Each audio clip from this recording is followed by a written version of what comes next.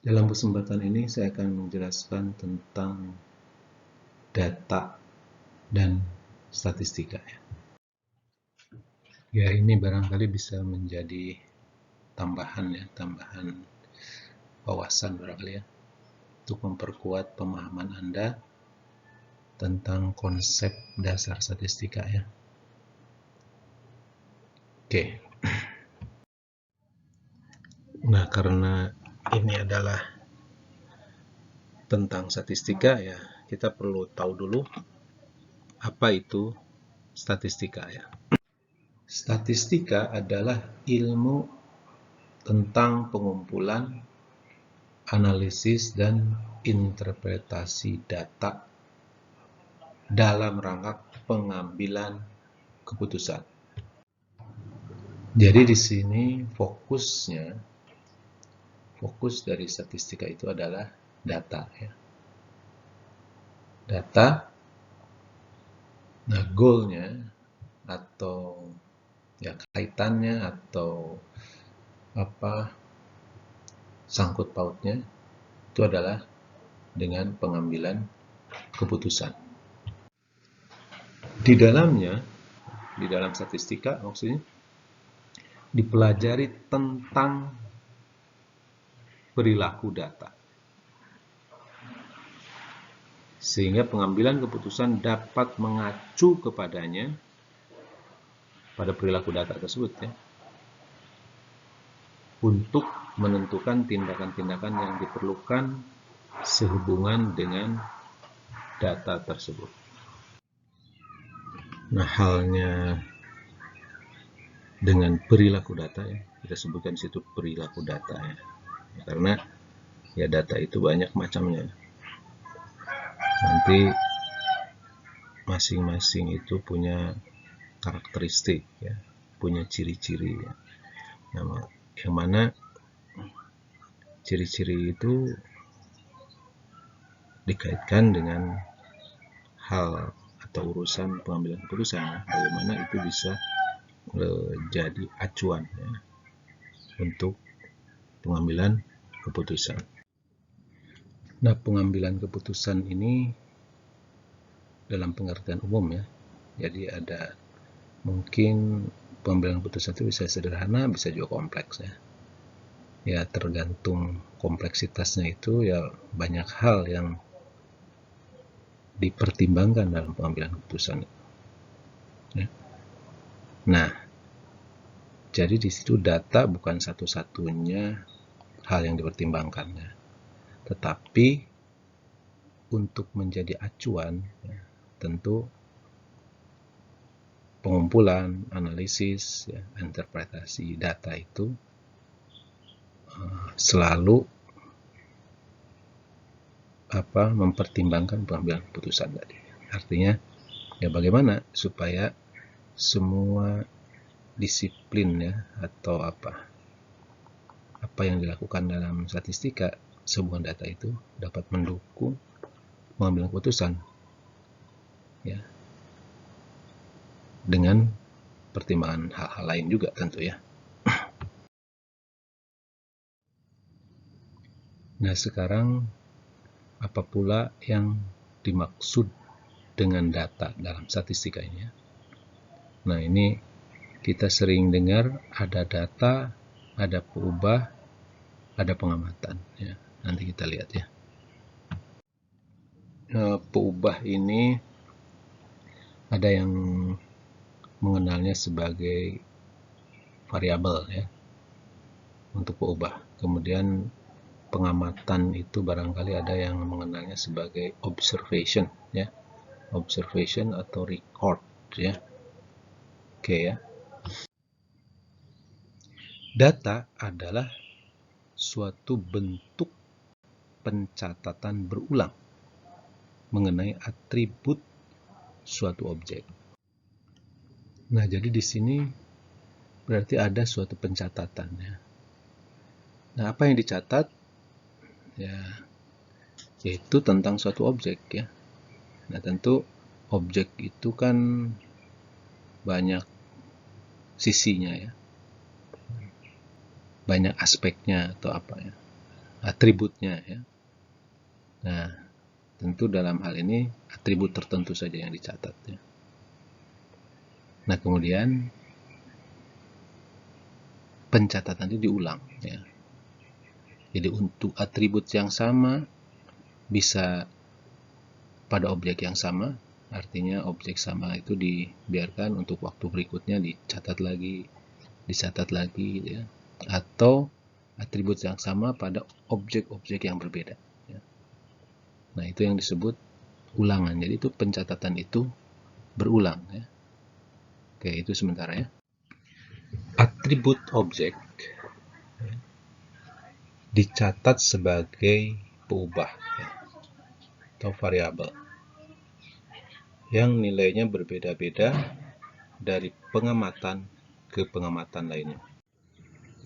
Nah, misal objek yang kita bicarakan itu adalah orang misalnya. Lalu kita catat tinggi badan ya. Nah, tinggi badan itu adalah peubah ya. Nah, peubah itu menggambarkan satu atribut tinggi badan ya. Namanya sama, tinggi badan ya. Itu kalau tinggi badan itu kan ukuran jarak dari dampal kaki sampai kepala ya, ujung kepala ya. Nah, itu maka nanti bisa kita ukur ya. Nah, ukurannya itu berarti itu adalah nilai peubah ya. Nah, nilai peubah itu kita catat misalnya untuk seseorang itu 165 ya. Tentu pada orang lain juga dicatat tingginya berapa ya. Itu adalah pengamatan yang lain ya. Tingginya tentu tinggi yang satu tidak mesti sama, bisa berbeda ya. Tapi yang jelas dari satu pengamatan ke pengamatan itu nilai peubah itu berbeda-beda ya. Peubah sering dilambangkan dengan huruf kapital. Nilai-nilainya dengan huruf kecil yang sesuai ya, dengan penunjuk identitas pengamatannya. Biasanya berupa nomor. Nah, misalnya adalah ini X gitu ya. Jadi X itu ada X1, X2, X3 dan seterusnya ya. Nah, peubah ini adalah namanya X ya. Sebut saja peubah atau nama peubah ya. Refernya nama peubah ya. Nah, ini adalah huruf kapital ya.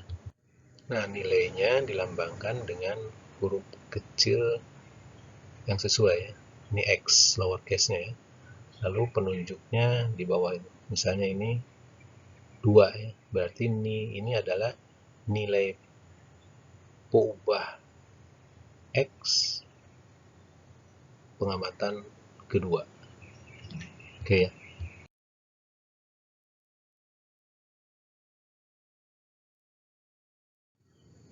Nah, barangkali Anda pernah dengar istilah database ya. Atau orang menyebutnya basis data ya. Nah, itu adalah suatu susunan ya, yang isinya peubah-peubah ya. Nah, misalnya suatu database itu terdiri dari peubah X, A, P, dan key. Lalu ada satu lagi nomor ya, itu juga peubah ya. Peubah-peubah X, A, P, key ya, dan semacamnya itu dinamakan peubah analisis. Sedangkan nomor itu secara umum dinamakan peubah identitas ya. Sebagai peubah identitas ya, itu nomor yang biasanya digunakan ya. Biasanya nomor urut ya, karena dia unik ya. 1, 2, 3 dan seterusnya ya. Sampai dengan N ya, urutan ke N gitu ya. Tapi nomor ini juga nggak mesti nomor urut ya, bisa aja nomor yang lain ya. Nomor KTP misalnya kalau orang ya. Atau ya nomor lain atau identitas lain yang menunjukkan dia itu apa nilainya unik ya, tidak ada yang sama. Oke. Nah, pengamatan ya, selanjutnya dicatat sesuai dengan peubahnya. Oke.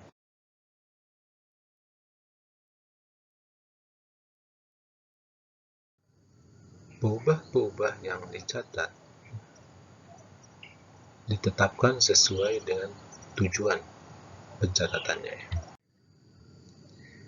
Nah, jadi karena objek itu kan peubahnya banyak sekali, mungkin tak hingga ya, tentang orang macam tinggi badan, berat badan, pekerjaan, status, jenis kelamin, macam-macam.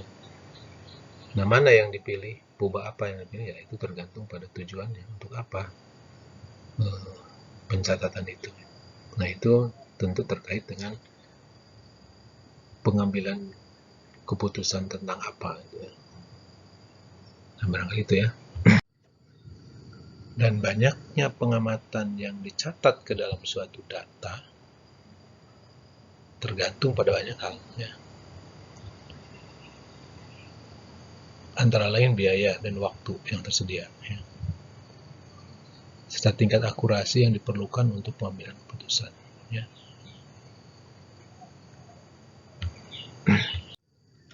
Sehubungan pengamatan ini juga tentu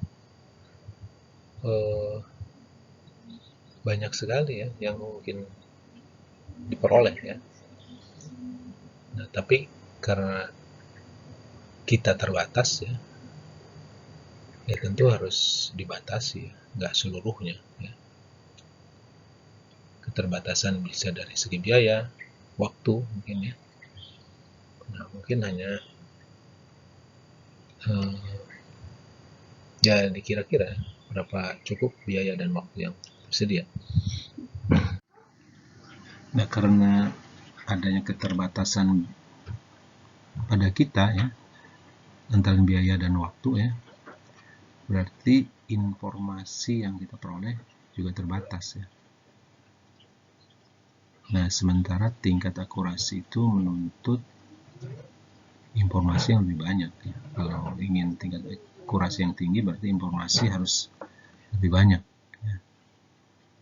Nah, di sini kalau kita ingin memperoleh tingkat akurasi yang tinggi, berarti biaya dan waktu harus disesuaikan ya. Sementara kalau kita menyerah pada keterbatasan biaya dan waktu, berarti tingkat akurasi kita terbatas ya. Nah, nanti ini jadi pertimbangan ya, berapa banyak yang pengamatannya itu dengan mempertimbangkan keterbatasan dan keinginan yang ingin diperoleh. Oke.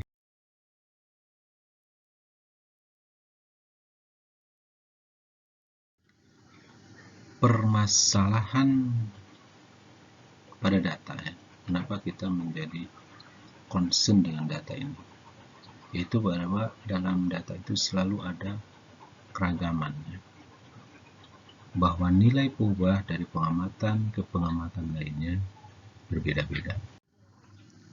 Nah, sisi lain dari keragaman adalah ketidakpastian, bahwa munculnya nilai peubah pada pengamatan tertentu adalah tidak pasti ya.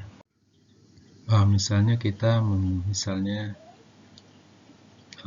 memperhatikan data pendaftar, misalnya data diri pendaftar ya, peubahnya misalnya jenis kelamin ya. Jenis kelamin kan cuma dua, laki atau perempuan ya. Nah, jadi setiap pengamatan ya hanya dua, laki atau perempuan ya. Cuma di situ ada ragamnya hanya dua ya, dua macam.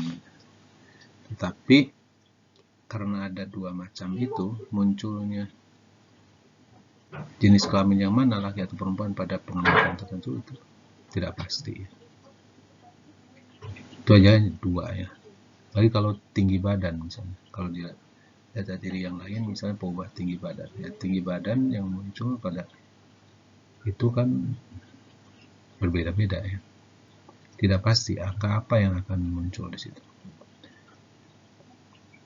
Ya. Jadi situ ada keragaman dan ketidakpastian. Nah, keragaman dan ketidakpastian ini sangat menyulitkan ya dalam mengambil keputusan ya. Kalau misalnya kita mengamati 10 pendaftar pertama misalnya, ya kita akan peroleh banyaknya laki-laki sekian ya, atau tinggi badan rata-ratanya sekian. Nah, kalau kita ambil lagi 10 pendaftar berikutnya ya, itu tentu banyaknya laki-laki dan rata-rata tinggi badan itu kan berbeda ya. Jadi ya sebenarnya berapa sih banyaknya laki-laki itu, atau berapa tinggi badan rata-rata itu? Jadi tidak pasti ya. Jadi nanti untuk keputusan ya ada kesusahan gitu kan, untuk dijadikan patokannya. Jadi sesuatu yang tidak pasti ya susah untuk dijadikan patokannya. Nah, memperhatikan keragaman dan ketidakpastian itu lebih jauh, ternyata keragaman atau ketidakpastian itu ya, dalam data sifatnya tidak tak terbatas ya, bahwa nilai-nilai perubahan dalam serangkaian pengamatan memiliki batas-batas rentang tertentu dan nilai kemungkinan tertentu untuk muncul. Oke, angka-angka yang mungkin muncul dalam serangkaian pengamatan dikatakan memiliki sebaran, berpusat pada nilai tertentu dengan keragaman tertentu.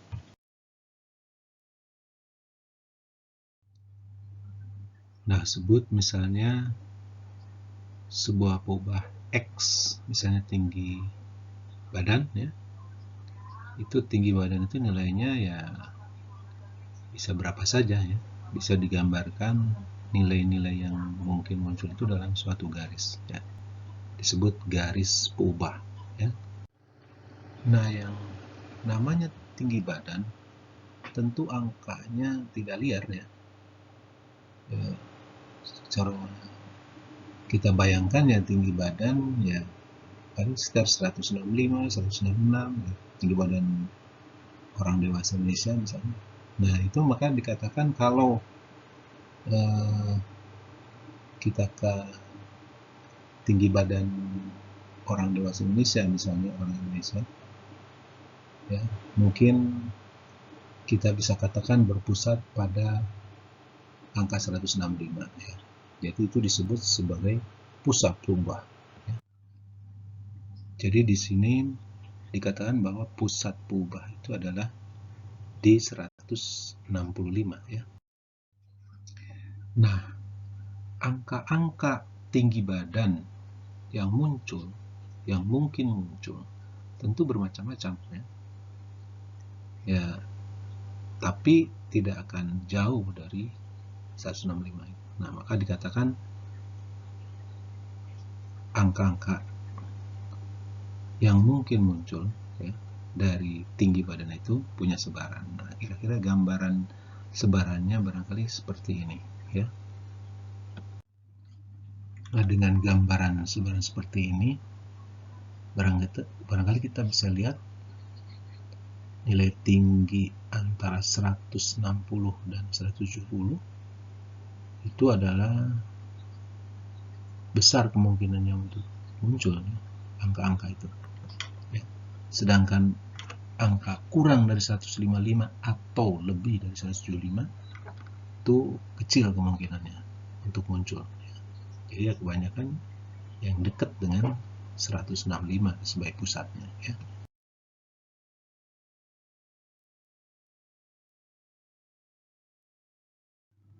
Pusat dan keragaman angka-angka yang dapat muncul dari serangkaian pengamatan itu berbeda-beda sesuai dengan karakteristik objek ya.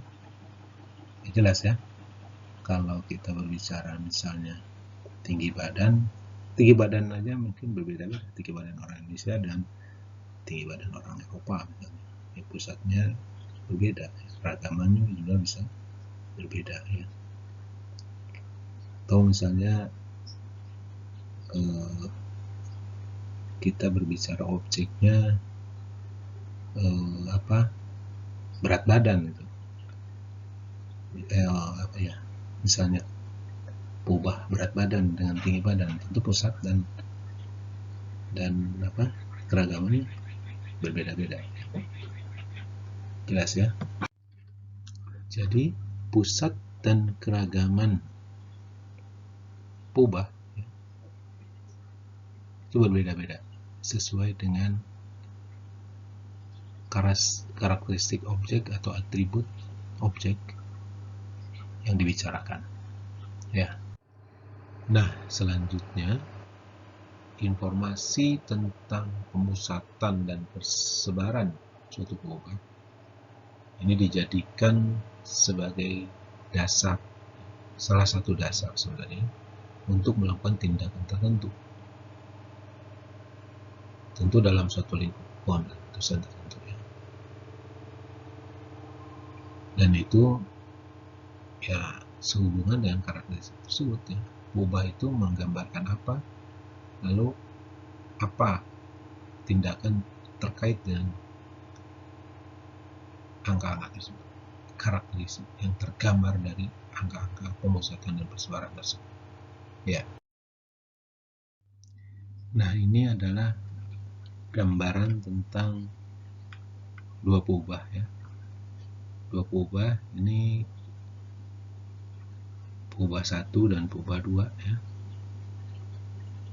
Peubah 1 pusatnya lebih kecil daripada peubah 2 ya. Nah, kalau lihat persebarannya, nah lihat keragamannya sama ya. Nah, peubah 3 ini pusat peubah ketiga ini lebih tinggi daripada peubah yang pertama ya, karena dia ada di sebelah kanan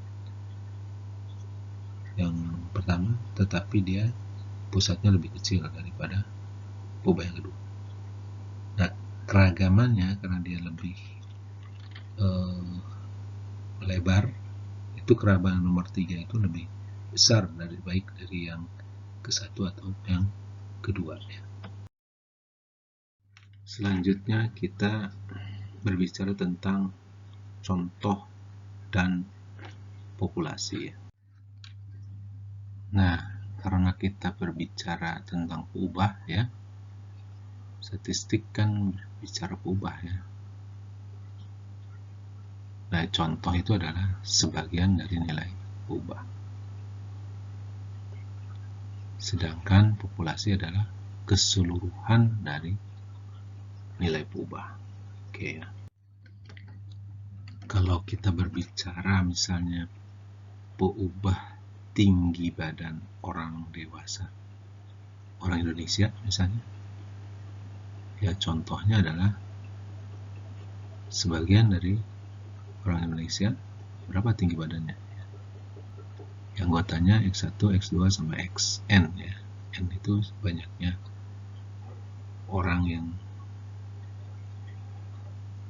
dianggap ya sebagai bagian dari populasinya. Sedangkan populasinya ya berarti seluruh orang dewasa di Indonesia ya. Banyak sekali ya. Oke. Pada umumnya kita bekerja dengan contoh ya. Sementara itu pengambilan keputusan tentu melibatkan populasi secara keseluruhan. Nah, disinilah masalahnya. Yaitu kalau kita berbicara peubah ya, peubah itu kan nilainya beragam ya. Sehingga kalau kita memperoleh contoh ya sebagian ya angkanya akan beragam juga ya. Artinya nilai atau angka contoh itu tidak pasti, karena ya tergantung mana yang termasuk ke dalam contoh tersebut, dalam sebagian itu. Ya. Nah, jadi di sini masalahnya adalah kita akan mengambil keputusan atau mendasarkan keputusan atau mendasarkan tindakan yang terkait dengan pengambilan keputusan itu berdasarkan angka contoh yang tidak pasti, ya. Meskipun berisiko, ya tadi ya, penggunaan contoh ini tidak dapat dihindari pada praktiknya. Jadi resiko itu selalu harus kita hadapi, ya, akibat dari pengambilan keputusan yang berdasarkan angka yang tidak pasti. Kita tidak bisa menghindari penggunaan contoh. Pertama adalah karena keterbatasan. Keterbatasan kemampuan dan sumber daya yang tersedia, misalnya keterbatasan dana, keterbatasan waktu, dan sebagainya. Misalnya kita ingin mengetahui income per kapita suatu daerah, misalnya Kota Bogor, ya. Nah, kalau kita berbicara populasi, berarti kita harus memperoleh angka populasi yang diperoleh dari nilai pendapatan masing-masing penduduk, ya, di Kota Bogor seluruhnya. Ya, Anda bisa bayangkan, ya, meskipun hanya untuk sebuah kota, ya, berapa waktu yang diperlukan, berapa dana yang diperlukan untuk memperoleh keseluruhan angka populasi. Jadi tidak mungkin. Nah, sementara itu informasi itu harus segera, misalnya, ya. Jadi terpaksa kita harus menggunakan contoh, memilih beberapa orang aja atau sekian orang, ya, anggota populasi itu. Penggunaan contoh juga barangkali merupakan satu-satunya tindakan yang dapat dilakukan dalam keadaan tertentu. Ya. Misalnya dalam kasus percobaan, ya, atau dalam kasus pengamatan yang dapat menyebabkan rusak atau musnahnya objek pengamatan. Dalam kasus percobaan, ya, tentu percobaan itu tidak akan pernah berakhir, ya. Tidak akan menghasilkan rekomendasi, misalnya, ya, kalau kita ingin memperoleh angka populasi. Jadi dia coba terus sampai, ya, karena setiap percobaan, ya, itu adalah contoh terus. Baru kita peroleh populasinya itu, ya, kalau hasil percobaan itu diterapkan atau dipakai, ya, dan ya itu sampai tidak dipakai lagi, ya. Dalam kasus yang menyebabkan rusaknya atau musnahnya objek pengamatan, ya tentu kita tidak mungkin mengambil angka populasi, karena kalau angka populasi ini diperoleh berarti seluruh populasi itu harus dirusak, harus dihancurkan. Ya terpaksa kita, ya, harus mengambil contoh sebagian saja. Oke, ya, gitu ya.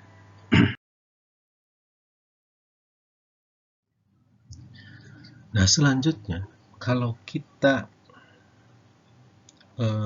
bekerja dengan contoh untuk membicarakan populasi, tentu kita menginginkan satu contoh yang representatif, ya, itu yang disebut contoh pewakil, ya. Itu adalah contoh yang representatif maksudnya.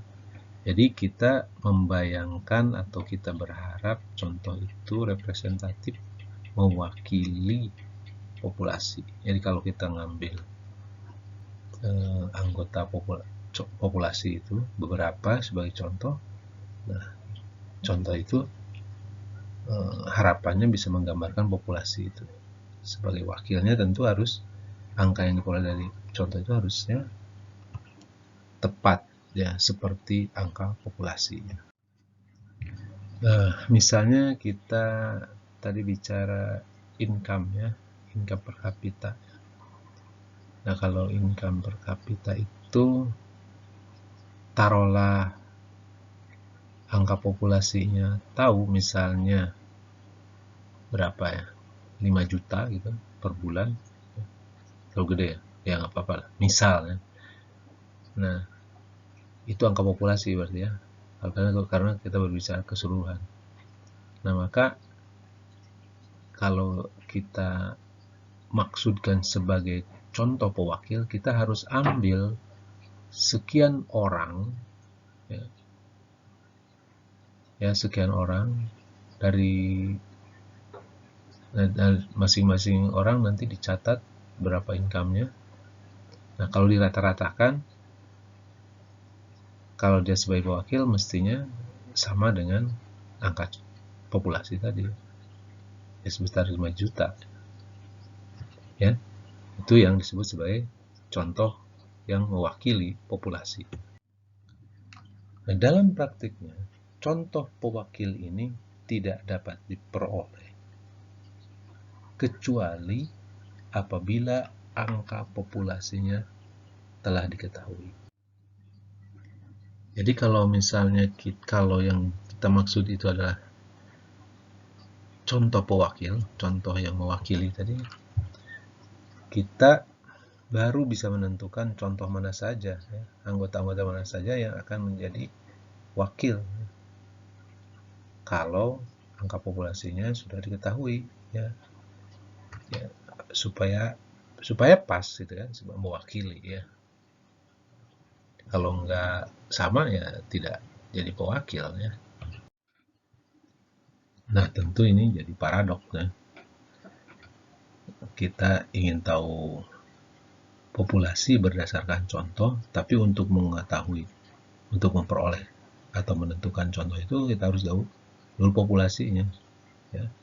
Ya, jadi ngapain juga kalau udah tahu populasi, ngapain cari contoh, ya. Jadi artinya yang kita maksud nanti dalam statistik, ya, bukan contoh pewakil ini, ya. Nah, dalam statistika yang kita gunakan atau yang kita maksud dengan contoh itu adalah sebagai contoh acak, ya, random sample, ya. Itu adalah contoh yang diperoleh atau ditentukan dengan suatu cara yang disebut sebagai penarikan contoh acak, ya. Nah, penarikan contoh acak adalah cara penarikan contoh yang dilakukan sedemikian sehingga masuknya anggota populasi tertentu ke dalam suatu contoh semata-mata ditentukan oleh mekanisme peluang yang sebenarnya diketahui.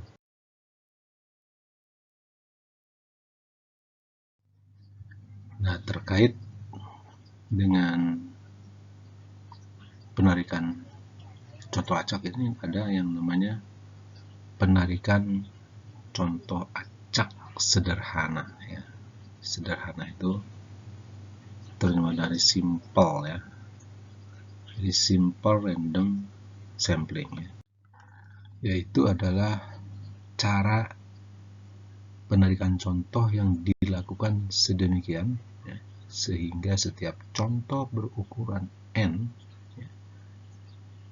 N itu berarti ukuran contoh ya, artinya banyaknya contoh anggota yang diambilnya dari populasi yang dimaksud ya, berpeluang sama untuk muncul ya. Nah, kita bisa bayangkan misalnya kita punya populasi ya, populasi X. Jadi X itu pembacak ya. Kalau populasi berarti X itu pembacak ya. Di populasi X ya. Nah, berukuran N ya. Dalam notasi himpunan jadi X ini bisa digambarkan di dalam bentuk kurung pulawal ya. X itu anggotanya X1, X2, X3 sampai dengan Xn ya. Ya, oke. Nah, kalau contoh ya, contoh X ya, itu berukuran N ya, N-nya ukuran contoh, yaitu bentuk lowercase dari N ya, N ukuran populasi. Tentu ukuran contoh itu lebih kecil dari ukuran populasi ya. Oke. Dalam notasi himpunan, jadi X bisa dilambangkan seperti ini, dituliskan seperti ini ya. X itu adalah dalam kurung awal X1 dan X2, X3 sampai Xn. Xn itu N contoh ya. Kemudian Xi, ya I itu dari 1 sampai N tadi, itu semuanya anggota dari X ya, X populasi ya. Oke ya. Penarikan contoh acak sederhana, simple random sampling, berukuran N dari populasi X ya, itu adalah dilakukan agar setiap X1, X2 sampai Xn ukuran contohnya dari X itu berpeluang sama untuk terambil sebagai contoh. Nah, cara untuk memperoleh contoh acak sederhana demikian antara lain ya, atau disebut sebagai, bisa dilakukan dengan cara yang disebut undian ya. Jadi simple random sampling itu merupakan teknik percontohan paling dasar sebenarnya, yaitu dengan yang berupa undian ya. Ya, kita perhatikan ini ada sampling dari suatu populasi ya. Kita sebut ini populasinya mestinya populasi tunggal ya, populasi dengan satu pusat. Nanti kita lihat ada populasi yang tidak tunggal ya, dengan satu pusat, kemudian nanti dilakukan sedemikian sehingga semua subset berukuran N itu berpeluang sama ya, untuk terambil ya. Itu adalah simple random sampling yang bentuk realisasinya itu berupa undian ya.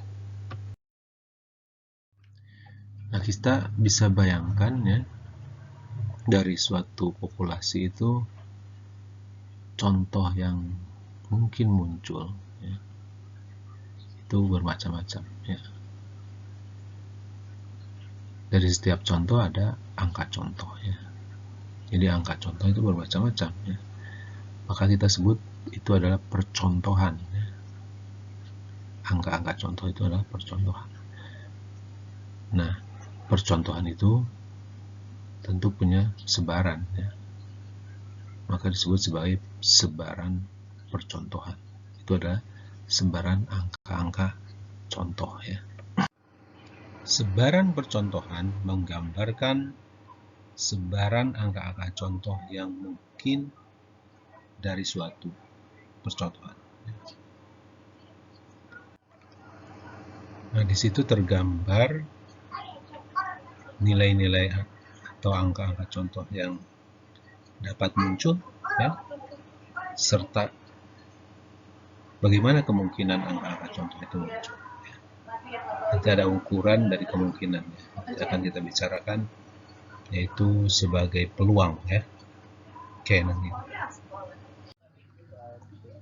Nah, selanjutnya berdasarkan sebaran percontohan, maka keterkaitan antara angka contoh dan angka populasi dievaluasi untuk melakukan suatu inferen dari suatu angka percontohan kepada angka populasi, ya. Nah, inferen angka percontohan kepada angka populasi ini dibangun dalam perspektif kaidah peluang, ya. Nah, disinilah bahwa dalam statistik itu kita menggunakan contoh acak, ya, karena inferen kita menggunakan perspektif kaidah peluang, ya. Jadi kaidah peluang itu berlaku untuk percontohan acak, ya. Nah, berikut ini ada beberapa terminologi, ya, dalam statistika, ya, yang perlu kita pahami dengan betul, ya. Nah, yang pertama itu adalah apa yang disebut sebagai parameter, ya. Nah, parameter itu biasanya berpadanan dengan statistik, ya. Parameter itu adalah angka populasi. Dia bersifat tetap, ya, atau fix. Itu digunakan sebagai landasan pengambilan keputusan dan dia nilainya tidak diketahui, ya. Jadi parameter itu adalah angka populasi, berarti dia menyangkut keseluruhan, ya, keseluruhan anggota populasi, ya. Kalau kita kenal sebagai pembacak, berarti keseluruhan nilai pembacak itu adalah angka populasi. Jadi angka yang menyangkut keseluruhan populasi, ya, keseluruhan nilai pembacak. Kemudian dia bersifat tetap, yaitu fix, ya. Dia tentu, ya, tetap, artinya hanya, ya, kalau kita tahu angka populasi keseluruhan, ya, dia fix, ya, tidak berubah, ya. Kemudian, nah, itulah yang digunakan untuk landasan pengambilan keputusan. Itu adalah parameter ini. Nah, tentu nilainya tidak diketahui, ya. Karena apa? Ya, keseluruhan itu, ya, tadi sudah kita singgung bahwa angka keseluruhan itu sulit diperoleh, ya, karena ada keterbatasan, atau tidak mungkin diperoleh karena mungkin belum ada, ya, seperti dalam percobaan, ya. Dalam percobaan kan populasinya belum ada, ya. Atau angka populasi itu kita peroleh kalau dengan cara, ya, mengakibatkan seluruh populasi rusak atau musnah, ya. Jadi angka parameter itu tidak diketahui, ya. Statistik itu adalah angka contoh. Dia bersifat tidak tetap, ya. Nah, ini bedanya dengan parameter, tidak tetap dan tidak pasti tentunya. Jadi dia akan berubah-ubah, ya, dari contoh ke contoh, ya. Jadi kalau kita katakan di sini statistika itu bekerja dengan statistik. Statistik itu yang diketahui dari contohnya. Untuk menyatakan atau untuk kita sebut tadi inference, pernah kita singgung, yaitu inference tentang parameter. Ya. Parameter yang senyatanya tidak diketahui, yang mana yang tidak diketahui itu adalah sebagai dasar pengambilan keputusan. Nah, selanjutnya sering kita dengar kata bias dalam statistika. Jadi perkiraan yang berbias adalah suatu perkiraan yang cenderung menyimpang. Bias itu menyimpang. Ini terlalu rendah atau terlalu tinggi dari yang sebenarnya. Nah, jadi bias itu tentu dari perkiraan, adanya pada perkiraan. Berarti kalau kita sudah singgung sebelumnya, berarti bias itu adanya pada statistik. Jadi ada statistik yang berbias, cenderung menduga parameter atau yang memperkirakan parameter terlalu tinggi atau terlalu rendah. Nah, bias ini bisa karena sifat statistiknya. Jadi statistiknya berbias. Nah, bias yang demikian bisa dikoreksi. Sudah bisa diantisipasi sehingga nanti perkiraannya dikoreksi. Tapi bias juga bisa karena percontohannya berbias. Misalnya tidak acak. Nah, kalau tidak acak berarti bisa berbias. Nah, kalau biasnya karena percontohan, ini sulit diperkirakan, sulit dikoreksi. Nah, berikutnya adalah tentang peubah. Nah, kita perlu perhatikan bahwa peubah ini sebenarnya ada dua tipe. Yang pertama adalah peubah pengukuran. Peubah ini adalah peubah yang nilai-nilainya diperoleh dengan menggunakan alat ukur. Dia bersifat kontinu. Nah, misalnya peubah pengukuran itu pernah kita singgung, tinggi badan. Tinggi badan kan diperoleh dan alat ukur. Nah, dengan alat ukur itu kita peroleh apa yang disebut peubah pengukuran, atau dalam bahasa Inggris measurement variable. Nah, angka yang diperoleh dari alat ukur itu sifatnya perkiraan. Misalnya kalau kita peroleh angka tinggi badan itu 165,5 misalnya, yaitu perkiraan yang tergantung pada ketelitian alat. Jadi angka yang sebenarnya barangkali kita sebut ada di antara 164,5 dan 165,5. Berapa itu? Ya tidak tahu.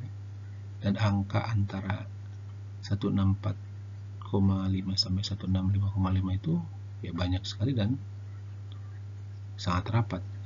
Maka sifat peubah pengukuran itu rapat. Dengan kata lain itu sifatnya kontinu. Nah, yang kedua itu adalah peubah kategorik, yaitu peubah yang nilai-nilainya ditetapkan menurut kategori tertentu ke dalam kelas-kelas yang tidak saling tumpang tindih. Dia sifatnya diskrit atau terputus. Peubah kategorik ini misalnya pekerjaan, jenis pekerjaan. Misalnya kita kategorikan menjadi 3 macam: pegawai negeri, swasta, lain-lain misalnya. Ya, artinya ada jenis pekerjaan itu kalau kita kodekan 1, 2, 3 gitu ya. 1 untuk pegawai negeri, 2 swasta, 3 lain-lain ya. Nilai-nilainya ya kalau enggak 1, 2 atau 3 ya. Ya, sifatnya itu terputus ya, diskret ya. Tidak ada angka di antara satu, tidak ada kelas antara 1, 2 atau 2 dan 3, dan tidak ada yang lebih dari 3 atau kurang dari 1 ya. Jadi dia diskret ya, terputus. Nah, 2 tipe peubah ini perlu kita kenali ya. Kenali karena sifat-sifatnya berbeda ya. Misalnya kalau kita berbicara tinggi badan, kita bisa berbicara misalnya rata-rata tinggi badan ya.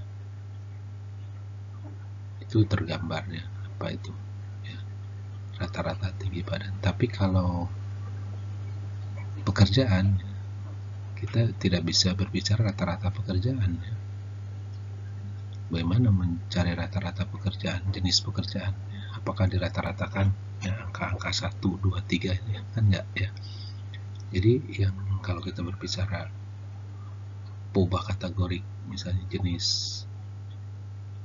pekerjaan ya, kategori pekerjaan, barangkali kita berbicara pekerjaan yang paling banyak ya, jenis pekerjaan paling banyak atau yang paling sedikit ya. Jadi itu tentang 2 tipe peubah ya. Nah, berikutnya apa yang disebut dengan skala pengukuran ya. Ini juga penting kita kenali ya. Selanjutnya skala pengukuran itu menjadi skala peubah tentunya ya. Skala pengukuran perlu diperhatikan dalam mengapresiasi nilai-nilai peubah atau nilai-nilai yang terkait dengan peubah ya. Jadi apresiasi terhadap nilai-nilai peubah ini dibatasi atau terkurung oleh skala pengukuran ini. Ada 4 macam skala pengukuran. Jadinya ada 4 macam skala peubah ya. Yang pertama adalah skala nominal. Jadi skala nominal ini sifatnya hanya membedakan. Yang berskala nominal ini misalnya jenis pekerjaan ya, tadi sudah kita singgung. Ada kita kategorikan 1, 2, 3 ya. 1 itu PNS, 2 swasta, 3 lain-lain ya. Jadi 1, 2, 3 itu hanya membedakan aja. PNS beda dengan apa? Dengan swasta, beda dengan lain-lain ya. Oke. Maaf ya, tadi bukan PNS ya, pegawai negeri maksudnya. Jadi 1 pegawai negeri, 2 swasta, 3 lain-lain ya. Jadi 1, 2, 3 itu hanya membedakan jenis pekerjaan itu ya. Oke. Yang berikut itu adalah apa yang disebut sebagai skala ordinal ya. Nah, kalau ordinal ini sifatnya membedakan juga ya, jelas ya, tapi juga dia mempunyai arti peringkat ya, memberi urutan ya. Yang berskala ordinal itu misalnya apa? Tingkat pendapatan misalnya ya, tingkat pendapatan misalnya dikategorikan 2 juta atau kurang ya, itu kategori 1 ya. 2 itu di atas 2 juta sampai 5 juta ya. 3 itu di atas 5 juta sampai 10 juta. Lalu 4 itu lebih dari 10 juta ya. Nah, ini selain berbeda ya, 1, 2, 3 itu punya makna urutan juga ya. 1 itu paling rendah, 4 itu paling tinggi ya, punya urutan. Nah, ini beda dengan yang nominal tadi ya, 1, 2, 3-nya nggak punya urutan ya. Kalau tadi kan 1 itu pegawai negeri, 2 swasta, 3 lain-lain. Kalau kita tukar misalnya 1 itu swasta, kemudian 2 itu lain-lain, 3 itu pegawai negeri, ya nggak ada masalah ya. Itu hanya beda aja ya. Tapi kalau dalam ordinal, kalau ketukar itu 1 itu misalnya untuk yang 2 juta sampai di atas 2 juta sampai 5 juta, kemudian 2 itu untuk yang kurang dari 2 juta ya, atau dari juta sampai 2 juta ya, ya jadi kacau ya. Nah, jadi gitu ya. Jadi ordinal itu punya makna urutannya. Oke. Yang ketiga adalah skala interval atau selang ya.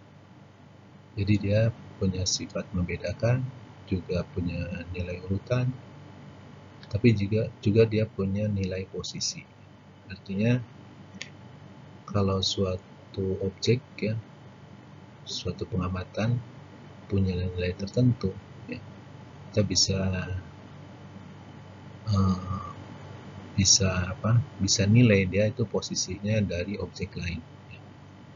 Misalnya ya A dan B itu di sini bisa diketahui ya berapa selangnya. Artinya posisi itu kan selang itu berarti posisi relatif A atas B ya. Oke ya. Pengubah dengan skala selang itu apa, misalnya umur ya. Umur misalnya. Objek A ya, umurnya berapa? Misalnya 1 tahun ya. Objek B 4 tahun ya. Berarti B itu adalah 2 tahun bedanya dari A ya. Nah, jadi selangnya punya makna ya. Selisih antara B dan A punya makna ya. Umur ya. Ya, iyalah. Kalau umur manusia mungkin bukan 1, 2, 3 ya. Mungkin ya berapa ya? 40 tahun ya, 30 tahun ya. 30, 35, 45 ya.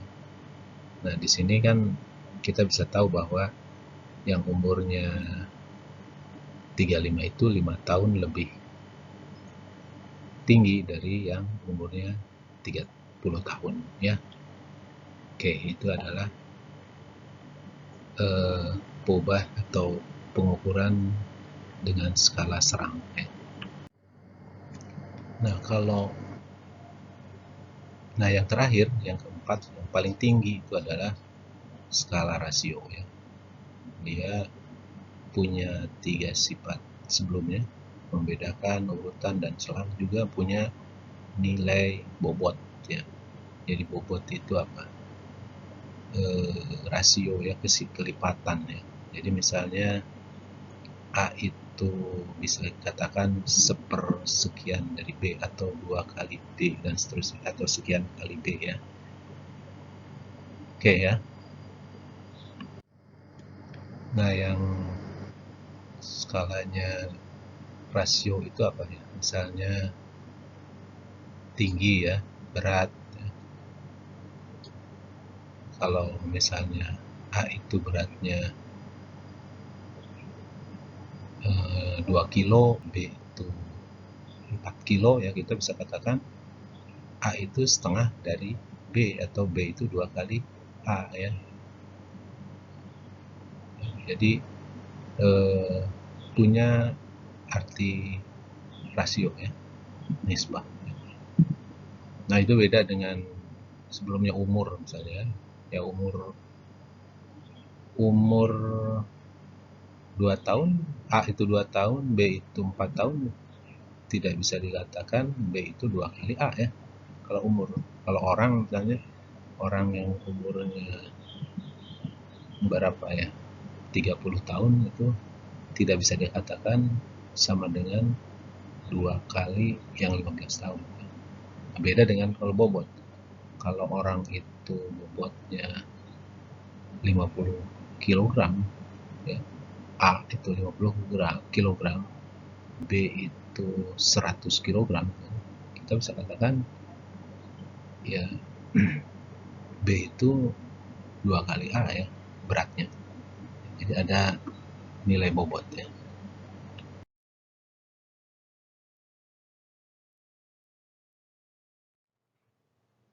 Barangkali demikian ya tentang data dan statistika. Terima kasih atas perhatiannya dan semoga bermanfaat.